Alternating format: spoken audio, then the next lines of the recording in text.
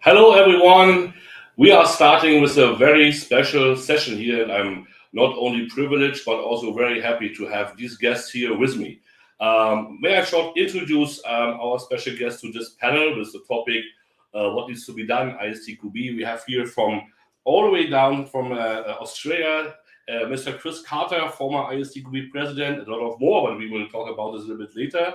Hello Chris, nice to have you here in Marrakesh. Nice to be here. And then we have a very special guest here from Israel, Yaron Zuberi, also former ISTQB president. Yaron, nice to have you here. Thank you very much. Nice And to be here. we have from Bulgaria, a former treasurer from the ISTQB, and much more, Milko Bitev. Yeah, nice to have you here.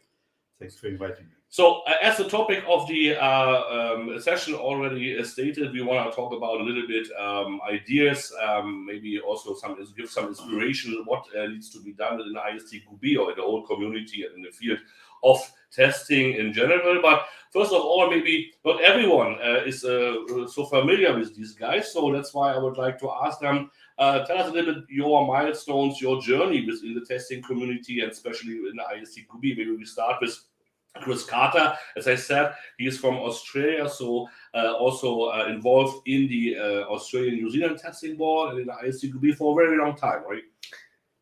Yeah. I mean, I've been involved in software testing since 1987, but the involvement with the ISTQB started around 2004. We started the ANZTB, the Australian-New Zealand Testing Board. We joined the ISTQB. I think we were the 12th member board to be admitted in 2005. From a personal perspective, in 2007, I became the first secretary of the ISTQB. Mm-hmm. Did that for 2 years. 2009, I became vice president, served 2 terms of vice president, 2009 through to 2013. Then in 2013, became president, taking over from my good friend Yaron. 1 term of president was enough for me. but you are now the only ISTQB fellow, right? So that's a very important award they give you. Contribution to all this work you've done for them. Yeah, I mean it was a nice recognition. Yeah. I look forward to seeing some more fellows joining in the not too distant future. It's lonely being the only. But you've been all heavily involved in software testing and consulting in your professional career, right? We can mention that you've been the owner and the CEO of Planet, one of the biggest consultancy companies in the world. Yeah, right? Yeah. So I started Planet in 1997. Yeah. Moved to Australia. At that point in time, Planet was this massive company of one, which was me. And then over the next sort of 20 years, I grew that. So we expanded all throughout Australia. We started in Sydney, expanded to Melbourne. Shortly after that, we expanded further in Australia. Then we went into New Zealand. And then we started in the UK. Then we started in India. So over time, built it up to have over 1,500 test consultants. So it became officially the 2nd largest independent testing consultancy in the world. Yeah, I think that's very beneficial for the ISTQB to have someone involved like you with this industry background. And Yaron, you already mentioned, was also not only the ISTQB president, I can remember, a lot of other jobs you've done so far, but your journey started in Israel when? Okay, so I'm quite the same as Chris with the profession. I think it started earlier in the software arena since 30 years, but around about 96, 97, I joined more the quality and the testing side, beside project management. And with the journey with the ISTQB, I started 2003 in Israel, but we formed the Israeli board at that year, and then 2004 we applied for membership at the ISTQB, became member. I recall these 2 gentlemen applying there with their board in London, in May, I think, 2005. So definitely, so since then I'm involved also with the ISTQB, also taking roles as chair of processes working group and later on the academia, Yeah, working groups, we have to explain it a little bit, are the circles or let's say special interest groups where the experts coming together and working on a specific field, right? Yeah. Like marketing, academia you mentioned, but also on the syllabi, yeah. for example, processes and so on. Exams. Yeah. It's a heavy volunteer work, right? Yeah. It's definitely heavy, and I think that's around the year of 2008, 2009, we already had the budget to fix all these kind of activities, because we had to do more in order to facilitate this voluntary base. That's a nice hand over to the treasurer, right? So we talk about budget, so thank you for this. So treasurer is mainly in all of the associations not the most beloved job, right? So because the people want always more, there's always too less to spend, but that was not the starting point for you. Starting point was, as far as I remember, the Southeast European Testing Board, right? You founded together with some friends, and then you applied in London. And then how it came that you went to the executive committee so far? So for me, the story is pretty similar. I've been involved with software development, software testing since 1996. So it seems that we started pretty much at the same time. I heard about the ISTQB back in 2002 when the whole thing started, the talks between the organizations, and then I had the vision to bring this certification program to Southeast Europe, where it was not popular at all, and then because it was pretty new, and then we started the board, the Southeast European Testing Board, in 2000 and the beginning of 2005, and we applied in October. So you guys were the first three people I knew in ISTQB. It's really honor for me to be with you 20 years or 15 years later. Yes, but we need to explain. Southeast European Testing Board covers how many countries, or what countries? Bulgaria, Romania, mainly? The Southeast European Testing Board covers most of the countries in the region. We cover Bulgaria, Romania, Serbia, Moldova, Montenegro, Croatia, Bosnia and Herzegovina, Albania, North Macedonia.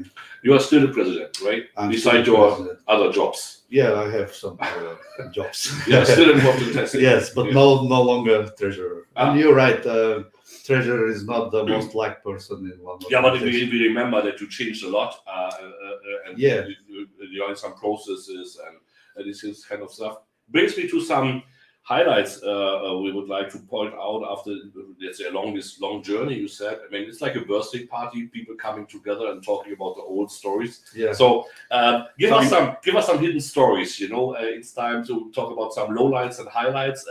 What is the highlight for you, Yaron, when you look back, for where you really say, oh, that is something why I'm doing it. So now this is really you would call a success.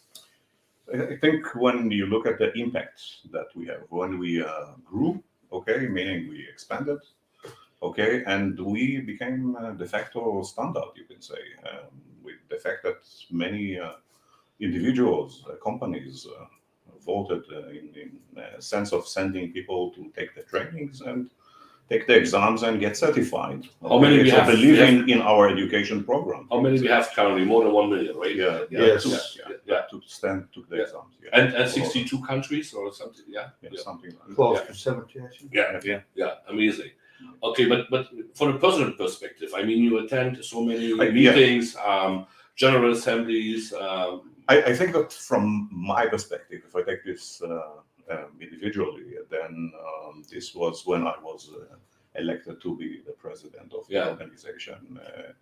I can say, it's maybe to share that we had it part of the Israeli board, that we wish definitely to influence from our side on and towards the community and for the community. And this was an opportunity, and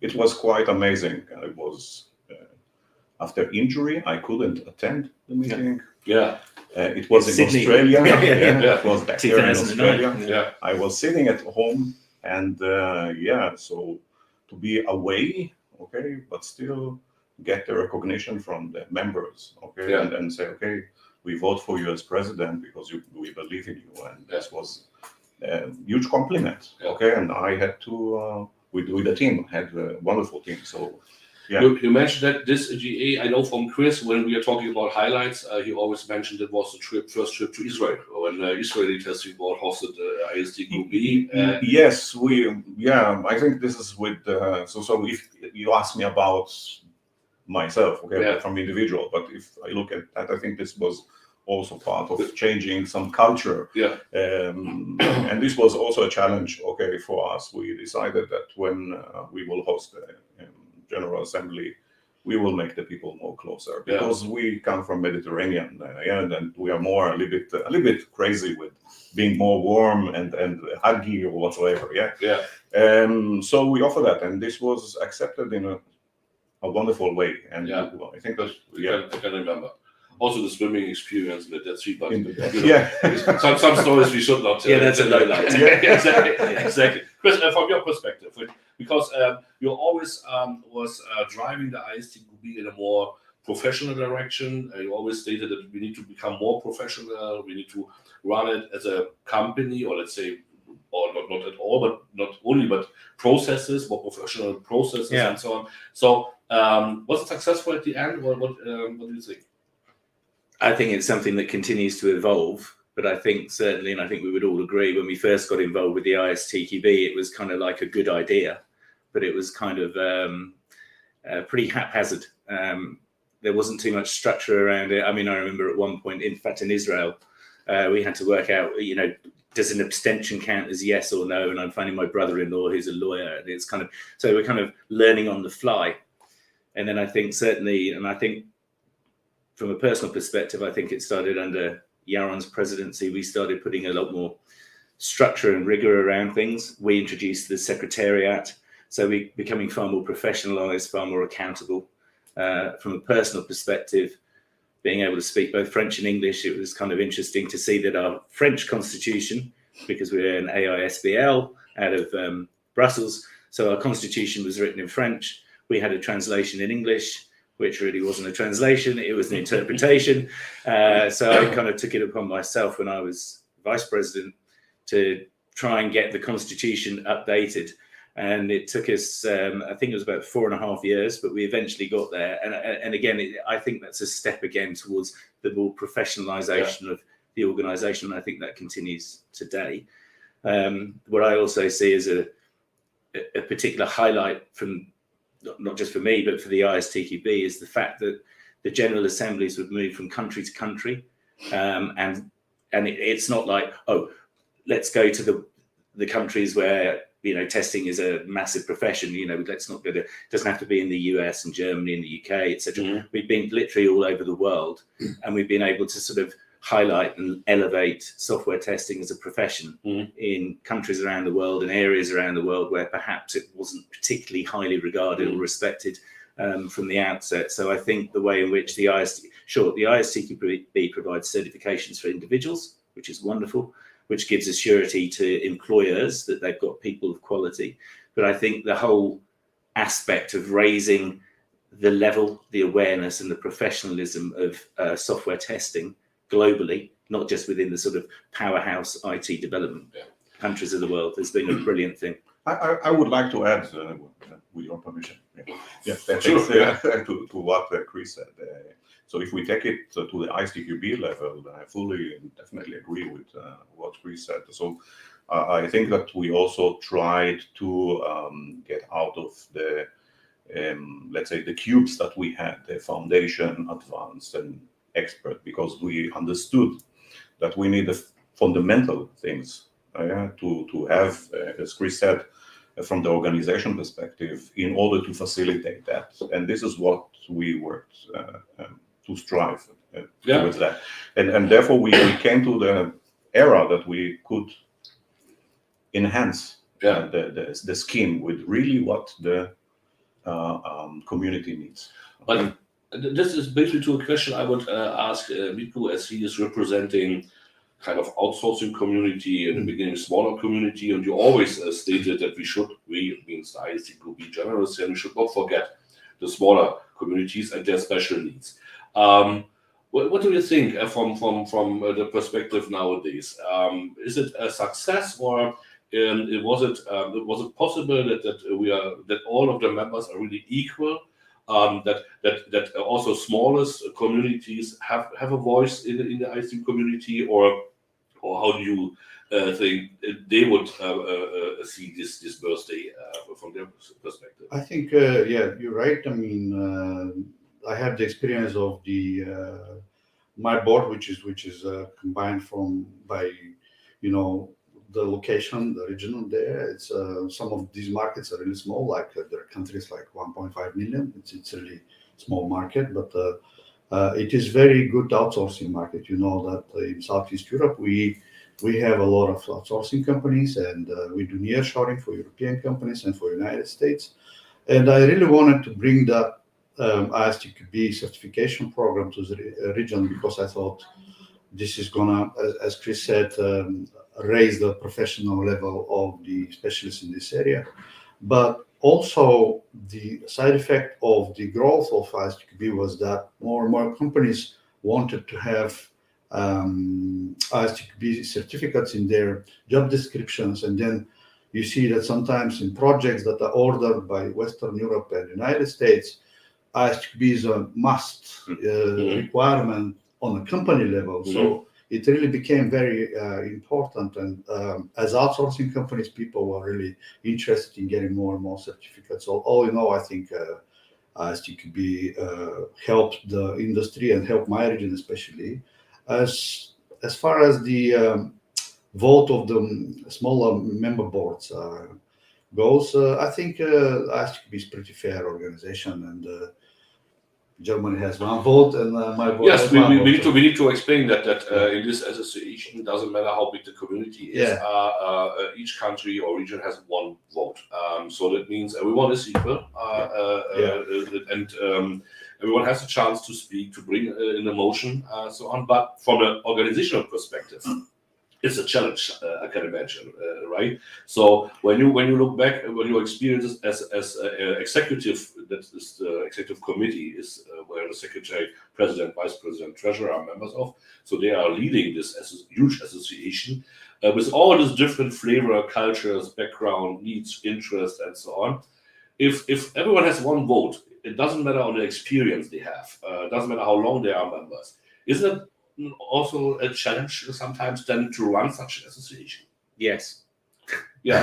Quite frankly, Yeah. if you go back when we joined, if you have one board, one vote, and there's 15 boards, it's fairly easy.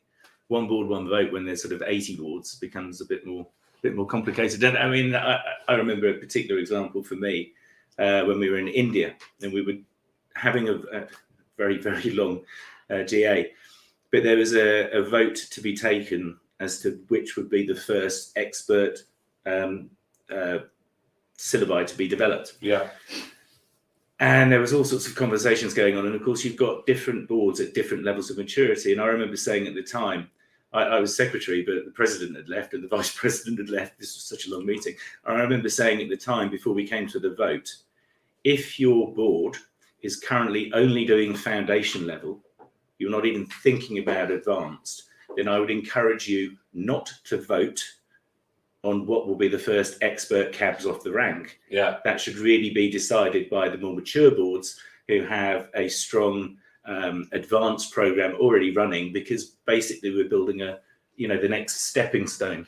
And everyone sort of nodded, and then everyone voted. Yeah. And it was kind of like, why are we doing this? It was almost insane. Yeah. So I find that quite frustrating, and I think it's the fact that it's one vote, one board is perfectly correct, but use your vote judiciously, because not all boards are at the same level of maturity, and therefore probably not as well informed as to how to vote and why to vote. So sometimes we're voting for the sake of voting. I mean, ISTQB is nowadays and maybe in the future challenged by a lot of things, right? We have more associations running in the same field, so competition is there. Maybe for the startup agile community, let's say standards and qualification are not the highest priority than it was in the old days.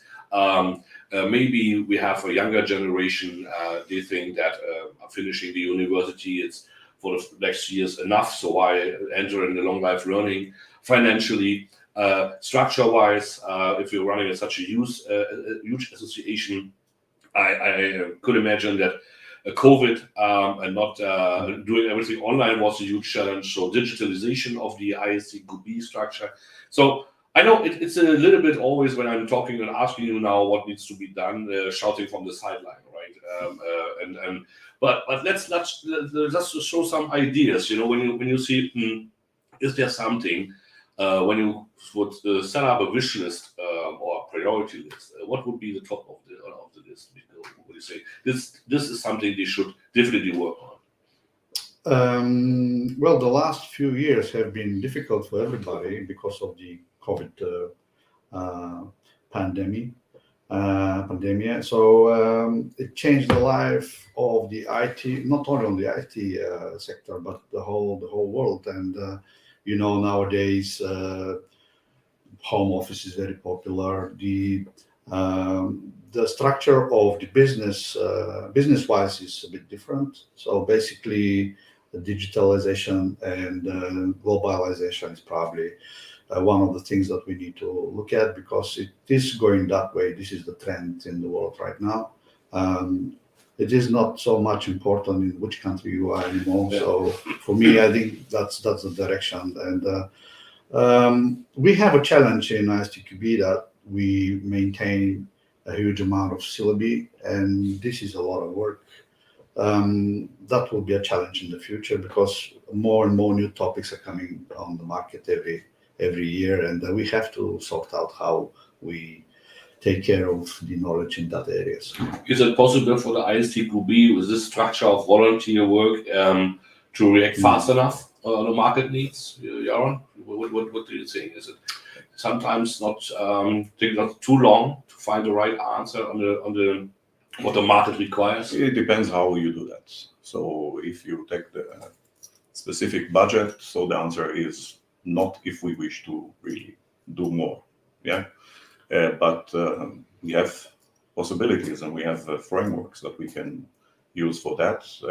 Of course, this is to discuss within the ISTQB and maybe not in this panel. Yeah.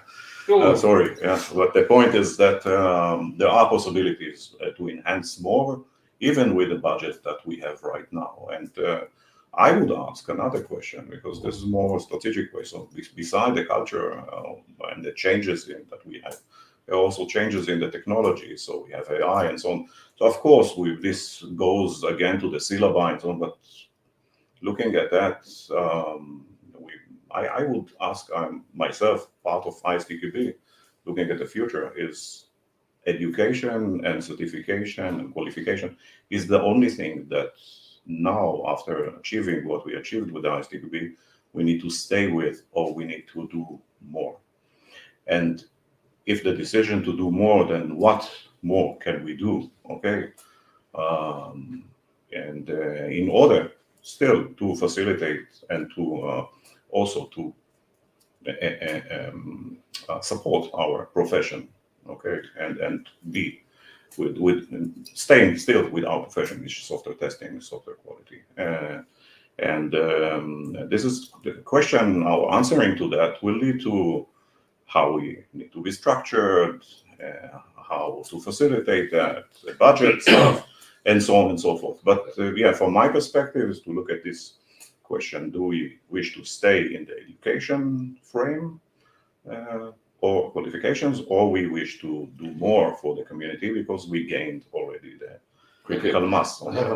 Before you make your remark, I would like to ask the audience to send us your comments, feedback, and also your questions.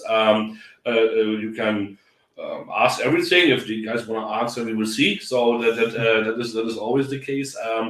So feel free to send us whatever you would like to tell us via the social channels, social media channels. Your remark. Yeah, I just want to add on what Jaron said, but and to make it clear that ISTQB is not only busy with developing syllabi, we do much more. Even now, we are heavily involved with the academy, and you know, that's because you were running this working group. I think we have in our contact list and connections about 90 universities, if not more, in the whole world. We also running conferences everywhere, and by these activities, we try to educate more and more people. So it's not about content only. At the end, you need people, volunteers doing this, right? Yes. A lot of work with different qualifications. In the former days, maybe we had the majority worked with a testing background or engineering background, and now we need financial experts, legal experts, marketing experts, and all these kinds. So totally different background. Chris, I mean, you are not operational, not involved anymore on an operational level, but as a fellow, as the only fellow, you can. Do you think how ISTQB can be more attractive for the next generation to enter to this? Because what my concern is that the ISTQB can only go forward and cover all these tasks when they got every year fresh blood from the community. They're not staying with these. Yes, sometimes called exclusive club, closed shop, whatever. So is it what needs to be done to be attractive for younger generation to join? We only have an hour, don't we? I mean, there's lots to talk about. I mean, one of the things that I think is that the structure of the exec, for example, is fairly rigid in that it's 2 years. And you can do a maximum of 2 terms. And sometimes you lose a bit of continuity when you have a change of executive administration, if you like. Mm-hmm. One of the things we talked about a long time ago was effectively it's kind of like when you elect a president and a vice president, the president shuffles off and the vice president automatically becomes the president, which gives you that level of continuity. So that sort of, a more sort of dynamic approach to how you structure the executive will could ensure continuity as you go through changes at the top, which is certainly one thing. I mean, in terms of encouraging the younger generation to put their hand up and be the executive, it requires the old people to step aside, like I did, which is good. And certainly. Yeah, I'm a fellow. I'm sure there's opportunities for other people to become fellows. There's no reason why the fellows couldn't be called upon, if required, to provide input from a sort of almost like a sort of without having any sort of skin in the game, if you like. Mm-hmm. So I mean, it'll be interesting. But I think the structure of the ISTQB has worked incredibly well for the last 20 years, and I'm sure that will continue going forward. But that's not to say that you can't fine tune it over time to continually evolve and improve the ISTQB as an organisation and the outputs that it generates. Yeah. But if everything sounds to me very positive, which is maybe normal on a birthday, but let me try again to ask a question to find out what you really think, what are the challenges the ISTQB is facing. I mean, we see, that is my observation, that we are not growing anymore in every region, right? And not that some topics we develop and work so hard are not really, let's say, recognized in the market as we maybe wish in the beginning. That some big companies, for example, big developers are not using ISTQB standards still. So we are really not reaching our potential, not in the industry and not in some regions where I think we should be much more stronger regarding the potential. So these are some questions I have in mind when I'm thinking on ISTQB in the next 10 years. But how we could perform better in these different fields. What are your thoughts about this? You ask me? Yes. Yeah, so I bring you to the same question that I was asking before. Do we need to do more? Okay, or do we think doing more beside education? And if we stay within and this is what you're asking, or stay with this, with the education as the main topic, then the question is how to expand or what to do with that. And I would ask myself, do we really need things in all of the places? All of the things in all of the places. And when I look at from my perspective, on the Israeli market, the answer is no. Okay, so and that's fine, because probably there are parts in the industry which are less strong in that area, or even don't exist in that area, and that is fine. Okay, so we don't need to expand in that perspective, but on the places where we see that there is growth, then definitely it's our duty as Israeli board, or is the duty of the member board, because this is part of the duties of the member board. And now how the ISTQB as organization can assist, facilitate that. So and keeping this kind of enthusiasm that we have.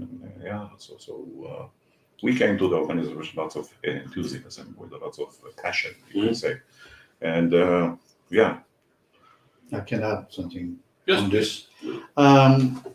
We are a big organization now, but still we don't have experience in every area that is on the market. Maybe in the future we can be more active in collaborating with other educational or certification organizations in special industries where we can, Such as? like for example, security, Mhm. like for example, automotive, BA. and IREP. For example, we already having some good contacts, and this will expand the area where we can influence, because we have the testing knowledge, but we kind of do not want to go into industry knowledge. Maybe that's the way forward. We work together with these organizations, and we give our testing experience, and they will add their industry capacity. So that will be a good idea. Again, on that, I mean, you talk about the big companies and how you penetrate them and all of that sort of stuff. So I'll give you an example. Is Planet. We have probably they still do, but I'm no longer involved. But there's a career development program, which obviously there's experience that you need, etc., etc. But there's sort of training, certification, skills that you need to acquire as you go through your career.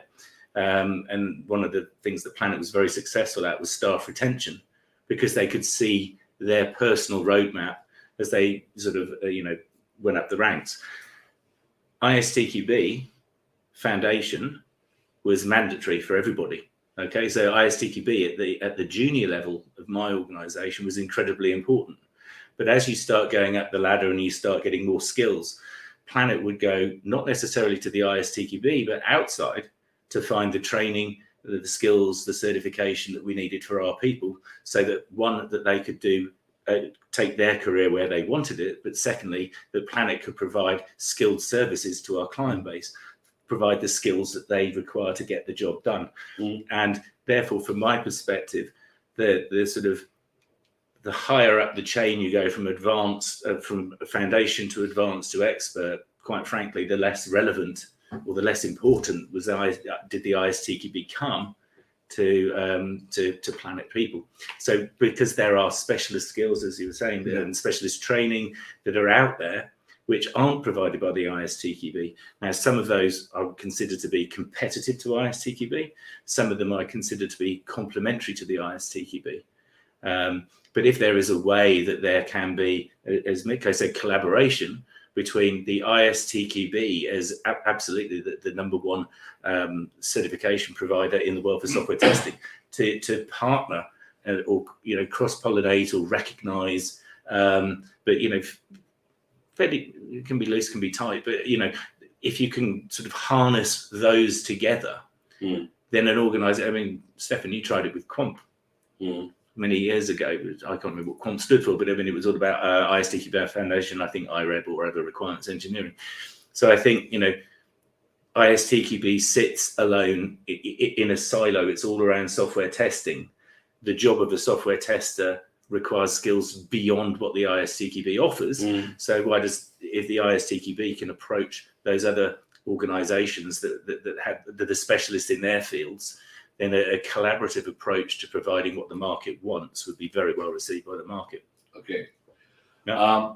I I would come up with two topics came up to me in preparation of this panel discussion when I talk to some people and tell them who will be there. The first thing is, and I would like to have your spontaneous reaction, is that the whole ISTQB is a male-dominated association, right? Kind of traveling a lot, but what is the ISTQB doing to support female experts in the testing field to enter the higher career level, higher career stage? Is there something special? The ISTQB is a special focus, or should the ISTQB do more in this field? Yeah.